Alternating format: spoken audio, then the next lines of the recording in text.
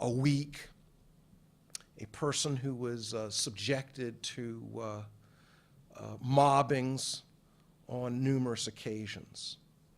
Or Wendell Phillips. Wendell Phillips, the son of the first mayor of Boston.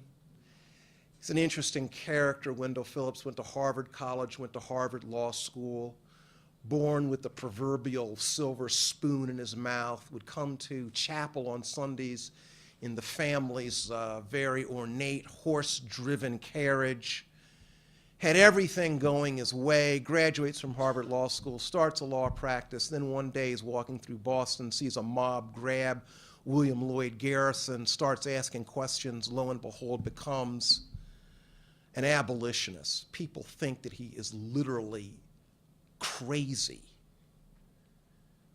a crazy fanatic, but he stuck with it, one of the great abolitionists. Lydia Maria Child, Harriet Beecher Stowe, Joshua Giddings, the Grimke sisters, and then people who are, some of these are people who I think would be known to folks who have a good grasp of American history, but then there's some really obscure figures.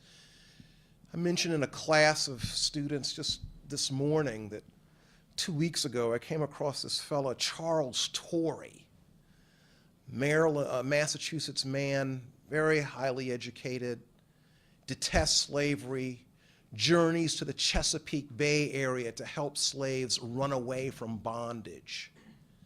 He's caught, he's sentenced to prison, he dies of pneumonia in a Maryland prison.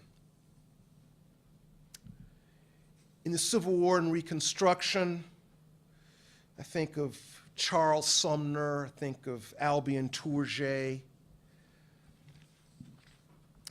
Later period, in the early 20th century, I think of the people who were the founders of the NAACP, four in particular: William English Walling, Oswald Garrison Villard, Charles Edward Russell, Mary Ovington. These are the people whom David Levering Lewis described as the handful of influential whites who broke ranks with the prevailing creed that nothing could be done for black Americans. Then in the 30s, 40s, 50s, I think of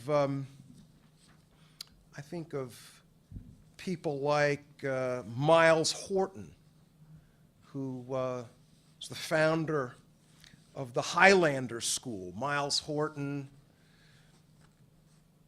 white,